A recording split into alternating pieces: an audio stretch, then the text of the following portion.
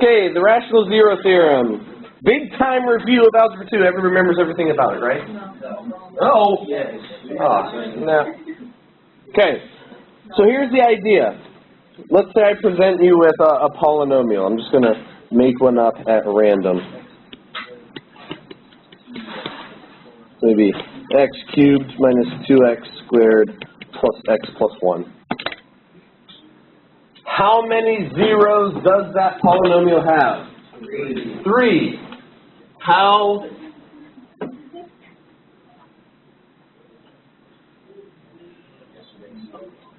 Did you do that on purpose? No, it doesn't. It's embarrassing. Alright, anyway, I just noticed that. Doesn't she like IB? Wow. No, she's going to beat you out. No, I mean like IB. Oh, I don't know. Would that mean how they spell it internationally? No. Is that what you're implying? No. Alright, x cubed minus 2x squared plus x plus 1. If we want to find all 3 of these zeros by hand without technology, our preferred method is to set this equal to 0 and solve by factoring. And because it's 4 terms, the specific factoring method we use is by grouping. So you can try all you like, that is not factorable by grouping. In fact, we have no factoring method at all for factoring this.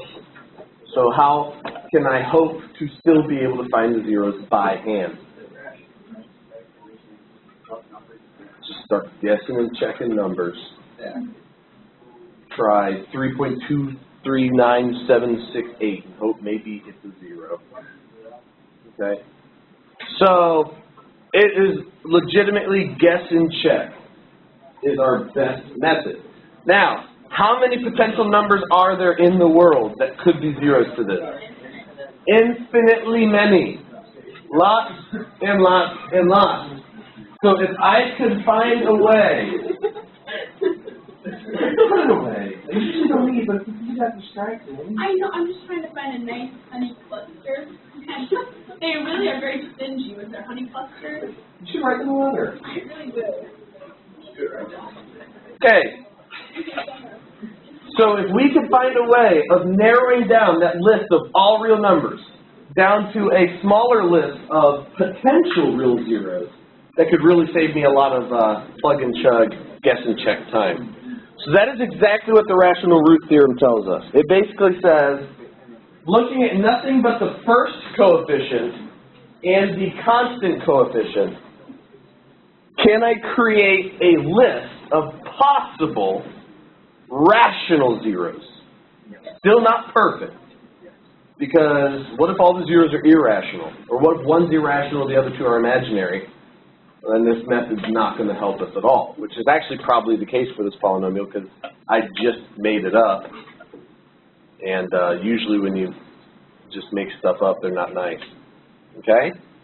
But here's the formal definition of the rational root theorem, also known as the rational zero theorem. So you've got a polynomial, it's a degree n polynomial.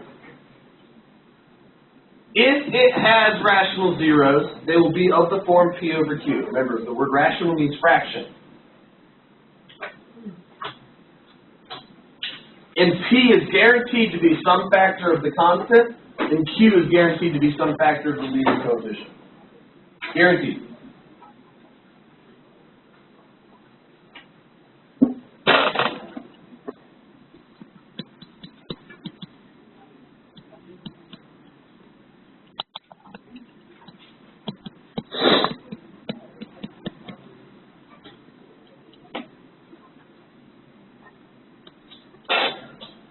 So if you had a polynomial like 3x cubed plus 7x squared minus 11x plus 20, is there any chance 7 could be a 0 of this polynomial?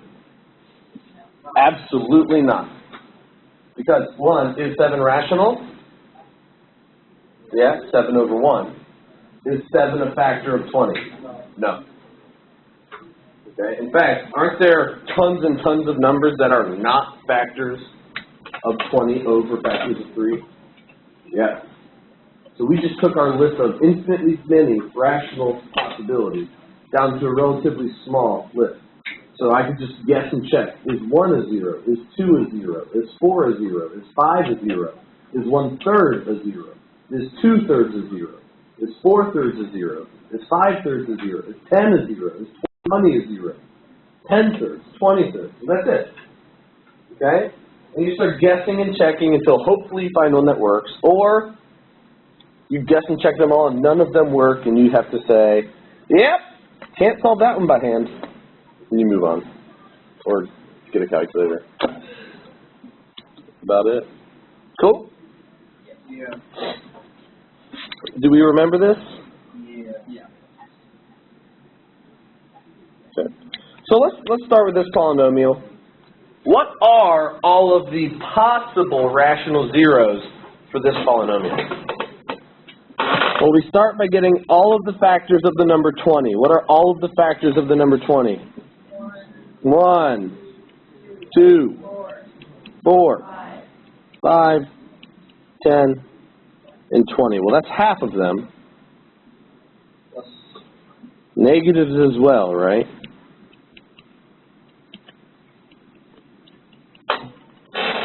All right, negative 10 is a factor of 20. Negative 10 times negative 2. Those are all of my potential numerators, tops of fractions. Factors of the number 3, 1 and 3, are all of my potential denominators, bottoms of fractions. So if I were to list all of the possible rational zeros, I could have 1 over 2, or sorry, not 1 over 2, 1 over 1, 2 over 1, 4 over 1, 5 over 1, 10 over 1, 20 over 1. I could have 1 over 3, 2 over 3, 4 over 3, 5 over 3, 10 over 3, 20 over 3. So there's 24 possible rational zeros. And you would have to test all 24 of them. Hopefully not. Hopefully you find one that works. Once you find one that works, because what's the degree of this polynomial? Once you find a zero that works, if you know a zero, don't you know a factor of that polynomial? And if you know a factor of something, can't you instantaneously find the remaining factor? Okay? By using division. And so if you divide a linear factor out of a degree 3, what are you left with? A quadratic, and you don't need to do guess and check for a quadratic. We have full proof methods like the quadratic formula. Okay? So does that make sense to everybody? Here's a little exercise to convince you if you weren't convinced. Let's take the number 2,173. Tell me the factors of that number. 1. Besides 1 and 2,173. Tell me other factors. Not 3. 9? Not 9. 11. Not 11. Nope. 6. Nope. Prime number. It is not prime. 13. Not 13. 15. Nope. 31. Nope. 21. Nope. I got this. Nope. Now, what if I told you? What if I told you one of its factors was 41? I was so close. Then what would you do? 53. You immediately can find another factor using what? Division. So that's the key to this process. Once you find a zero, which immediately corresponds to a factor, right? If 3 is a zero, what's a factor? X minus 3. You divide it out, and you get what we call the depressed polynomial. The smaller polynomial that will have the rest of the zeros. So if we were doing a synthetic division in this case, it would be synthetic division by 3, right? What do you mean? Like if one of the factors is 3, It's x minus 3. x minus We would divide out x minus 3. 3. Okay. Even if it's synthetic. Yeah. Yeah. I don't care what type of division you use, you're dividing out the factor x minus 3. Yeah. Okay. So let's start with this one. Let's find all of the zeros of 2x cubed plus 3x squared minus 8x plus 3. Man, my nose itches.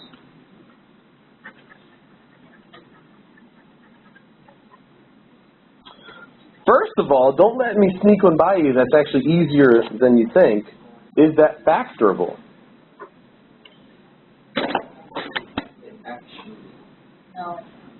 No, you can try a factor for grouping, it won't work. Okay?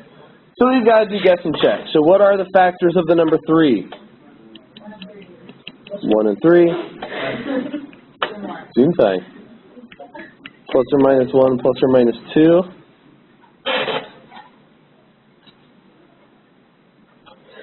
So your possible rational zeros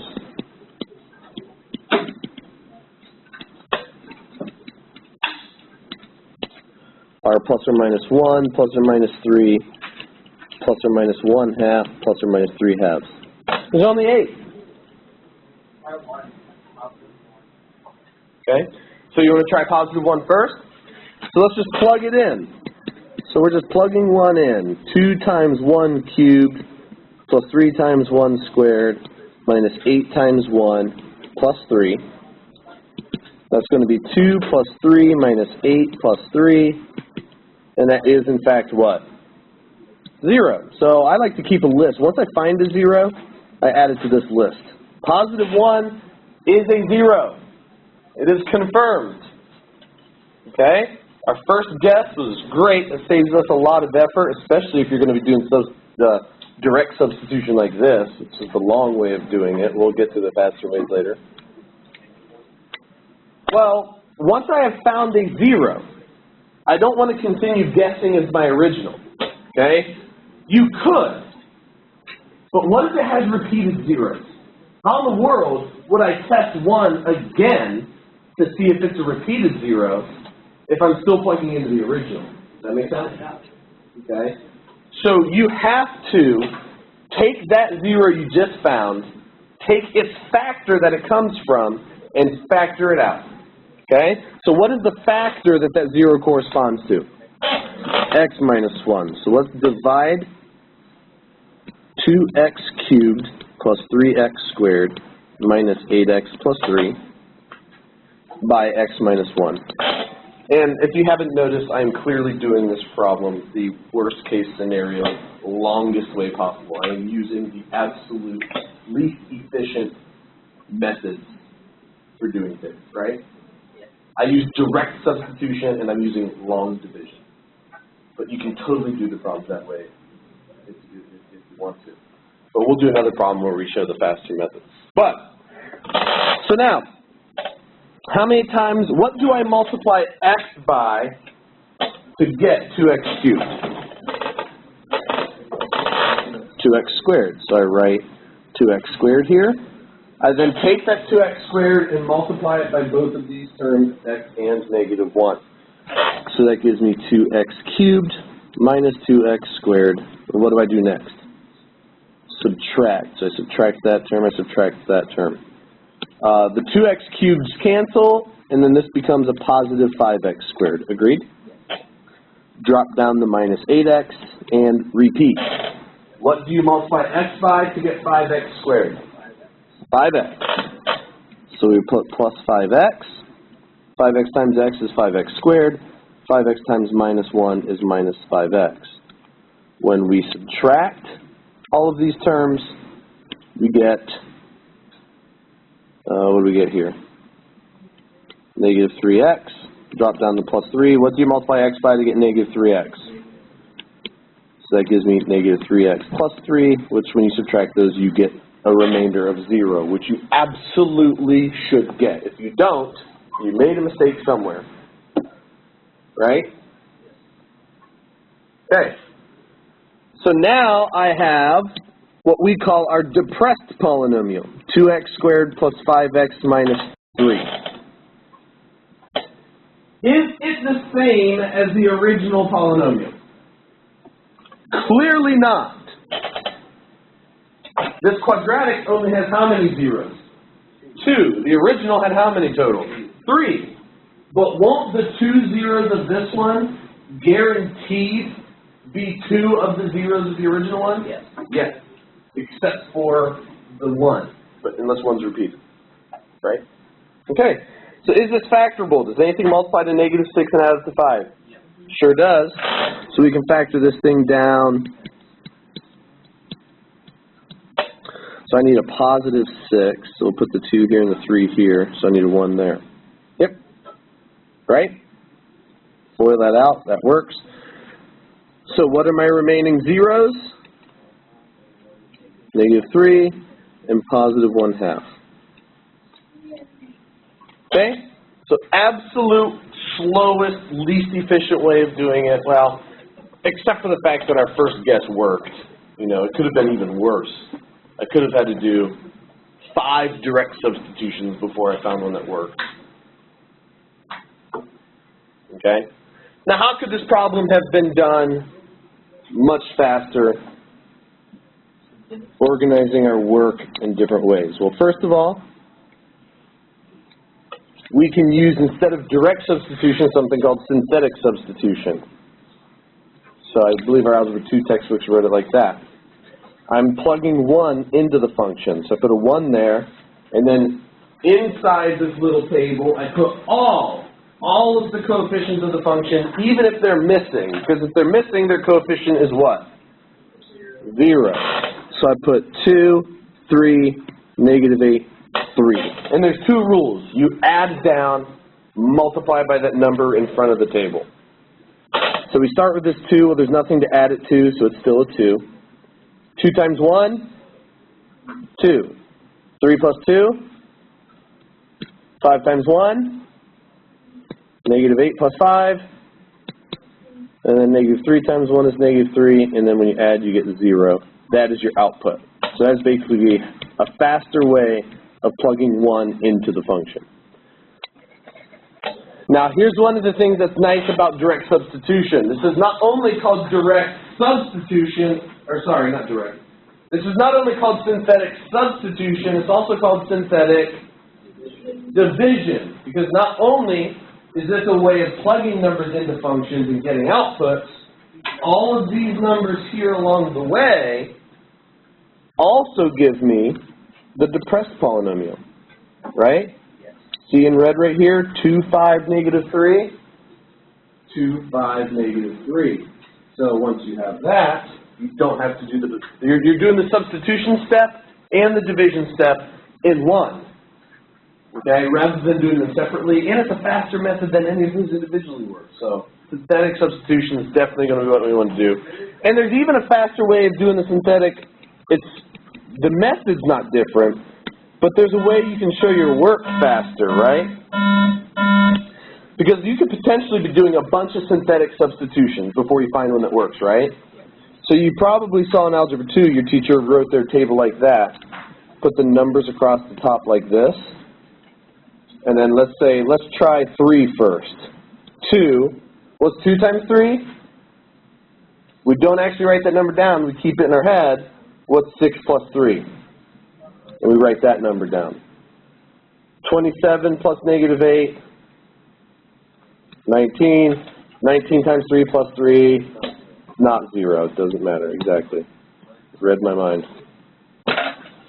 Who cares? Not 0.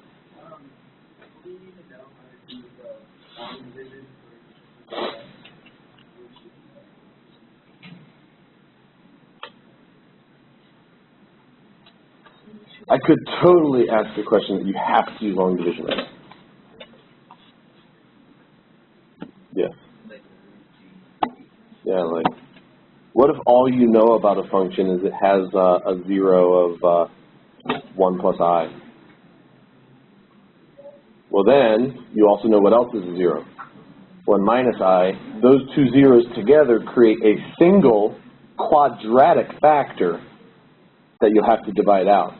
You cannot use synthetic division for that. It would have to be long. Right? So, there's a cool problem. I like it. Alright, let's make up another one. I'll just make one up.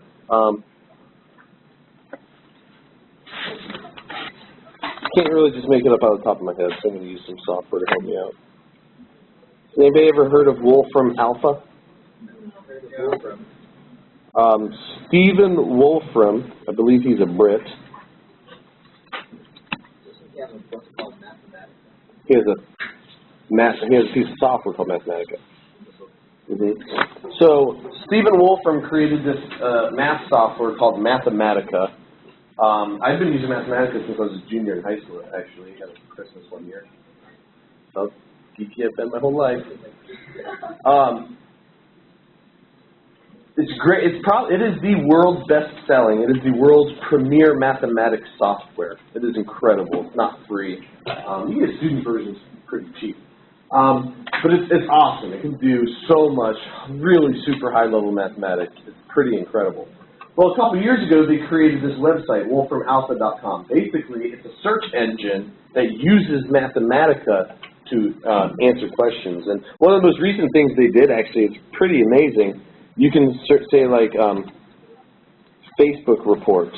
And then if you give it permission to access your Facebook account, it'll do a complete mathematical analysis of your Facebook account. So you know, like, what of all of your status updates, what word have you used the most? And stuff like that, which is pretty fascinating, because for me and my wife both, Lily is the most commonly used word in our status update. That's our daughter's name. Ella is not even in our, like, top 20. How many second-borns in here? How many of you are second-borns? That's right. Get used to it. I'm second-born. They always forget your name.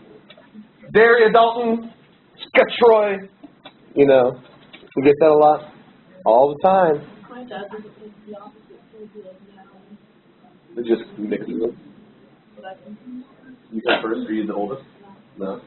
Wow.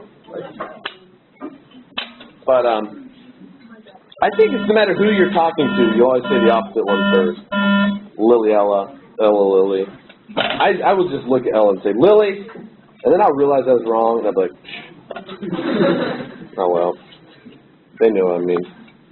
They know better. Okay, Wolfram Alpha, it's actually pretty amazing. You can, because it not only uses Mathematica to do all this great analysis, it'll also pull data in from other websites. So you can say, like, U.S. population, but then you can actually have it do analysis of that. So it'll pull in the U.S. population from some website, and then it'll go do some high-level mathematics to it. You can even, like, track and bring up mathematical equations mapping current flight trajectories. I mean, it pulls in from all these different sources all this information. So I'm going to use it to, real quick, create an equation for us. So I'm going to say expand. Let's do, let's do x plus y plus z to the 10th. This isn't what we're going to be doing, but I just saw it there. Oh, look at that. That's gorgeous. That's incredible. It even gives you the domain. Yeah. Actually, how many of you have iPhone 4S's? So you got Siri, right? Yeah. I think iPhone 5 is doing that. If you ask Siri a math question, it actually goes to Wolfram Alpha to get the answer, and then brings back the results from Wolfram Alpha. If you can get it to actually understand what you're saying. Because it doesn't, especially math. Siri's voice recognition is not real great as it is, but especially math, it's not like graph y equals cosine x. Probably going to mess that up, but if you can get it, it's pretty good. It goes to Wolfram Alpha. All right, I don't want to ruin the surprise. I'm going to freeze the screen and just surprise you.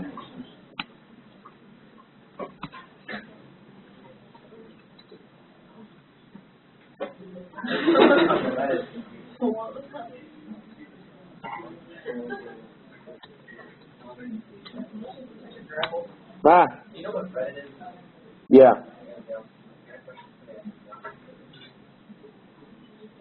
Yeah, I had a Reddit phase for a while, but I got over it. I don't really get it. Okay.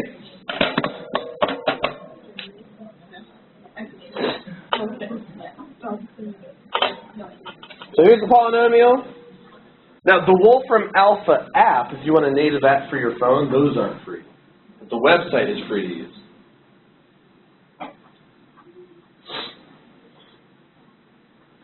2x to the fourth minus x cubed minus 17x squared plus 16x plus 12. How many zeros does this polynomial have? 4. Maybe all 4 are real. Okay, maybe 2 are real, 2 are imaginary, maybe all 4 are imaginary. If all 4 are imaginary, we cannot find them all by hand. Not unless you get lucky and happen to guess what one of the quadratic factors is, which is probably not going to happen. Hopefully at least 2 of them are real. If 2 are real and 2 are imaginary, if 2 are real and 2 are imaginary, as long as the 2 real ones are also what? Rational, I can find them. What if the 2 reals are actually irrational and the other 2 are imaginary? Not going to find them by hand unless, again, I can find some way of figuring out one of the quadratic factors. Okay?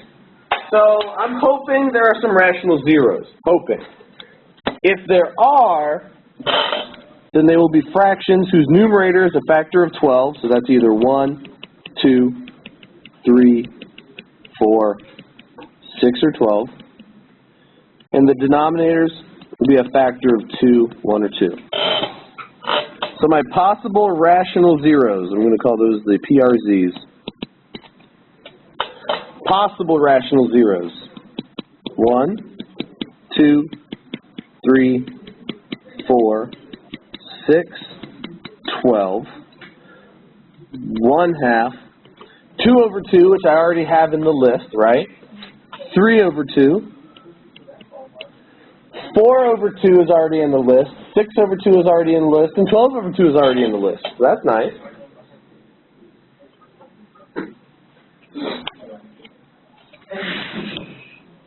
Okay? So which one would you like to guess first? Now, is that a guess or is that a guess? And what I mean by that is, let's suppose I give you a test or a quiz, and I say, find all zeros of this polynomial by hand. But I let you have your graphing calculator, so you can like check your work and stuff. Turned off. Okay. Then, why not use it to actually find a zero, and then make that your first guess? So it just looks like you're always really good guesser. Right? Save yourself a little effort. It'll look like you did the whole problem by hand. It just looks like you're a really great guesser. Most likely, I'm not going to let you have a graphing calculator the first quiz we do these. Okay? So you'll have to do them by hand. But come test time, I might let you have it.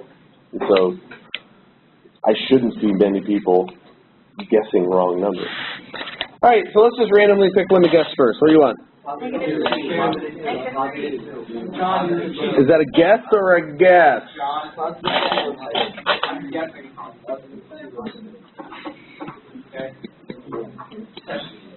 Remember, it's guess and check. Don't try to make your first guess correct. So let's go -3. Okay. So we add down the 2. 2 times -3 plus -1? -7. -7 times -3 plus -17? 4. 4 times -3 plus 16? 4. 4 times -3 plus 12 is? 0. Yeah, nice guess.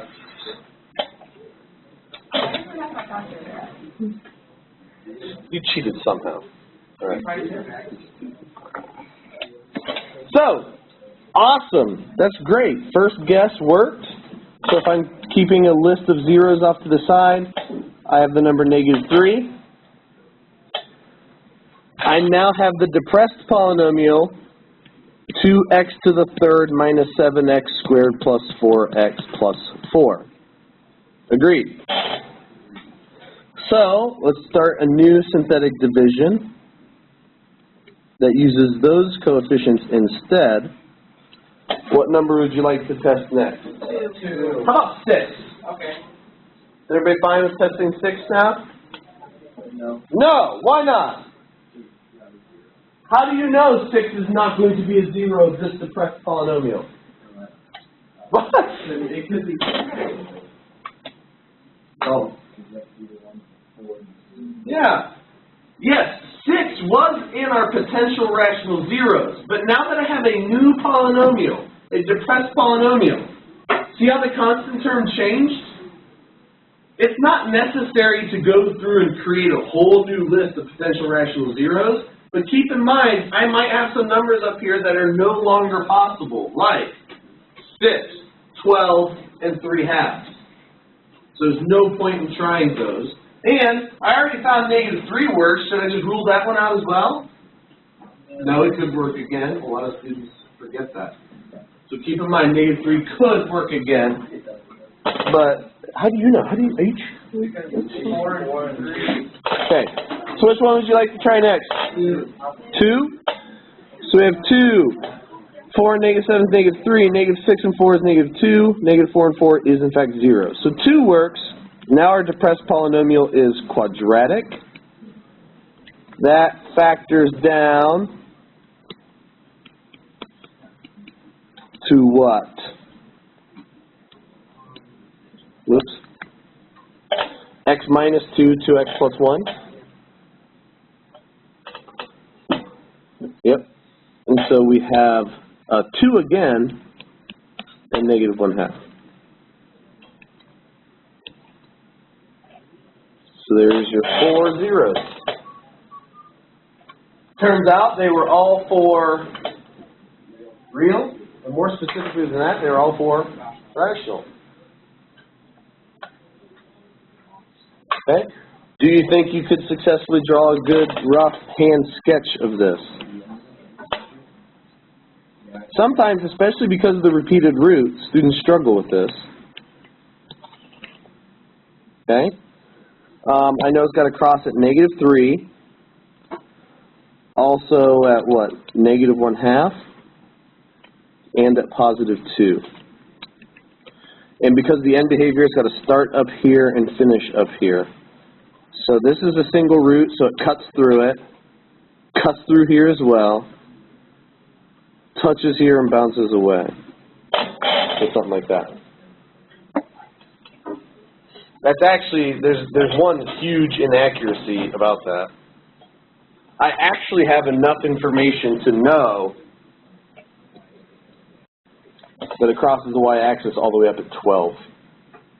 Mine's crossing the y-axis just barely above 1. So that's not very accurate, but it's a good rough sketch. I don't know, what do you think? From now on, should I require y-axis, y-intercept as well? It's easy. Sometimes it doesn't fit on the grid. If it fits on the graph paper, draw it. Yes. So I just missed the point. Oh, I should have just made it. I should have.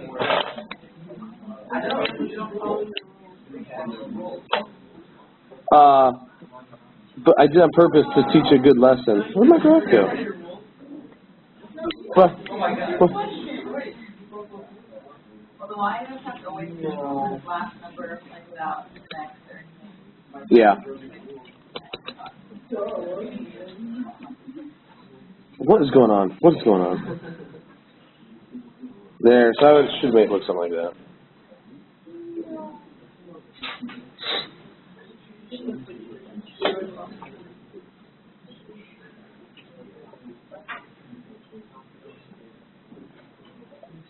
Oh, how about this one? Do we need to go over more? Oh, my nose itches. What is going on with my brain?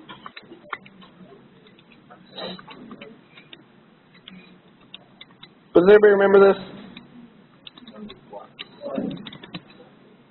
Rational root theorem, like this whole process, this guess and check. Yeah, that one's, yeah. Okay, who remembers Descartes' rule of signs? Is everybody familiar with the French mathematician René Descartes? Really? René Descartes is the, here, let's look him up. He's a good-looking guy. Descartes.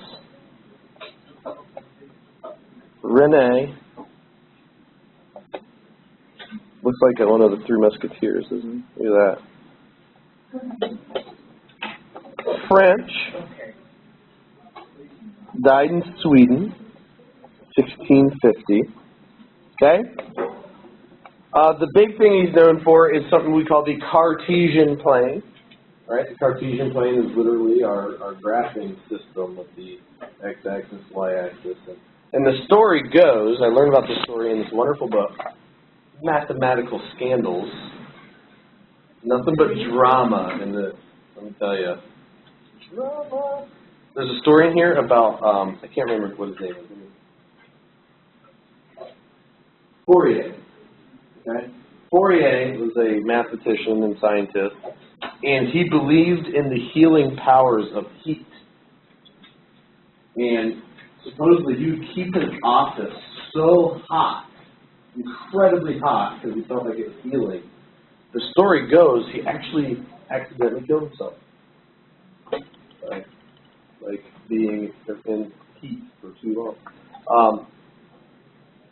But the story about Descartes, René Descartes. So when he was born, his mother died during childbirth, and so his father, as to not to want his child to be traumatized, kind of really babied Descartes and let him do whatever he wanted. So one of the things he was known for is he never once in his life did his dad make him wake up at a certain time. Never would. He got to sleep in every single day. And so the story is that he, usual morning thing. Morning comes along, he's laying in bed, wakes up just naturally. He would usually lay in bed like another hour, staring up at the ceiling, and supposedly a fly landed on one of the ceiling tiles in his room, and describing what tile it was on, he came up with the idea of two numbers, one to describe how many tiles to go down horizontally, and one to describe how many to go down vertically, and that's where he came up with the concept of the Cartesian plane. It said that he he told his professors that he needs time in the morning to lay down and reflect on mathematics and letters before he comes to the lecture. I need so they that. always Can I pull that off? extra 3 or 4 hours. Yeah. I think that'd work for me. Sleep in the next couple hours. But one of the other things Descartes discovered was this way of being able to determine, potentially, how many zeros of a polynomial might be positive and how many zeros of a polynomial might be negative. Okay, so it's called Descartes' rule of signs. And what you do is you take your polynomial and you just start counting how many times from one term to the next the sign changes. Okay? So you go through and you count all the terms, and you count how many sign changes there are. So give me a number. How many sign changes might we have hypothetically? If you count 4 sign changes, then that means there could be 4 positive real zeros. But here's the thing. Do imaginaries have this concept of positive and negative? No. So yeah, there could be 4 positive real zeros, but 2 of them could be imaginary. So there could be 2 positive real zeros, or there could be 2 positive real zeros, or maybe there aren't any at all. But what do I know for sure? This polynomial will not cross the x-axis only once on the positive side. It's either 4 times, 2 times, or none. So however many sign changes you count, it's either that, or 2 less than that, or 2 less than that, or 2 less than that, so you get down to 1 or none. Does that make sense? Now that's for positive. Then, to count how many negative real zeros there will be, what you do is you literally take the graph and you reflect it around the y-axis, and you count positive real zeros again. Because if you take a graph and reflect it on the y-axis, won't what used to be negative real zeros become positive real zeros? How do you reflect a graph around the y-axis? You take a negative of the input before it ever goes into the function. F of negative x. And that's Descartes' rule of signs. The number of positive real zeros is either equal to the number of variations in sign or less than that number by an even integer. The number of negative real zeros is either equal to the number of variations of signs of f of negative x, a reflection of it, or less than that by an even integer. Okay? So let's go back up to a problem we've already done. Let's go to the one I created. And here's, by the way, here's how I created that polynomial in Wolfram alpha. I just said expand x minus 2 squared times 2x plus 1 times x plus 3. And then it gave me this. And it also gives you a graph of it. How cool is that? So cool. Huh? Just a different zoomed out version of it. And it gives you all kinds of other stuff. The domain, all reals. The range is y is greater than or equal to, yeah. Pretty sweet, right? You can just type an equation in there. It'll graph it. It'll tell you domain, range, all this stuff.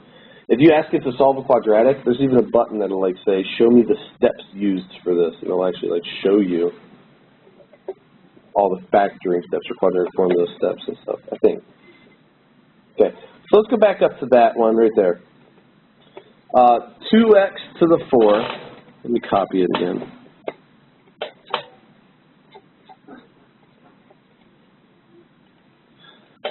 So we already know what the zeros are, but let's use Descartes' rule of signs. First we go through, this is f of x, and we count sign changes. So this number's positive, this one's negative. So do I count that? Yes, that's a change. Negative to negative, is that a change? No. Negative to positive, change. Positive to positive, no. So how many positive real zeros does this polynomial have? 2 or none? All 4 cannot be positive. Sweet. Now how do we count the negative real zeros? Well, I need to reflect this graph through the y-axis. So that's going to become 2 times negative x to the 4th minus negative x cubed minus 17 negative x squared plus 16 times negative x plus 12. Well, what happens when you raise a negative to a power? If the power is even, it cancels away. If the power is odd, it stays. So this is going to be just 2x to the 4th as it was before, but this one's going to change to plus x cubed. This one's going to remain negative 17x squared. This one changes to minus 16x, and then the 12 stays the same. So let's count sign changes again. Is that a change in sign? No. Yes. No. Yes. So how many negative real zeros does this graph have? 2 or 0. Okay? If we find the positive 0, possibilities, wouldn't we just subtract the maximum reals from the exponent, like 2, like 4 minus 2? For the negative reals. So let me give you an example. What if we had the function 3x to the 5th minus 2x to the 4th plus x cubed minus x squared plus 5x minus 9. How many sign changes do you see? 1, 2. So that's 5 sign changes. So how many possible positive real zeros are there? 5 or 3 or 1. So if you do that, then how many possible negative real zeros according to your method? There would be 5 or 4 or 2 or none, right? So you were saying, I know there are 5 zeros total. So just do the remainder, right? So maybe 4 to go with this one, 2, this one. But the reality is, look what happens when you go through and change anything that's an odd exponent to negative. How many sign changes will that one have? None. So how many negative real zeros does this polynomial have? Absolutely zero. In a situation like this, that's a great thing, because now, when we start doing all that guess and checking, you shouldn't test any negatives. None. That really helps narrow it down, right? So, does that make sense? Does that kind of answer that won't always work? Yeah, that was a good question.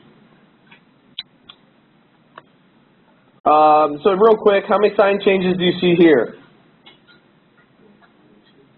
I see 3. Right? 1, 2, 3. Okay? So how many potential positive real zeros are there? 3 or 1. Now what does the function f of negative x look like? That's going to be negative 3x cubed minus 5x squared minus 6x minus 4. Oh, that's like the one I just created. So how many possible negative real zeros? 0. What's that? Just more analysis about the graph. Like, so now, if I were then to actually find the zeros, so I got all my factors of 4, all of my factors of 3, and I got this giant list, I'd only be plugging positives in. Okay? All right. That was good.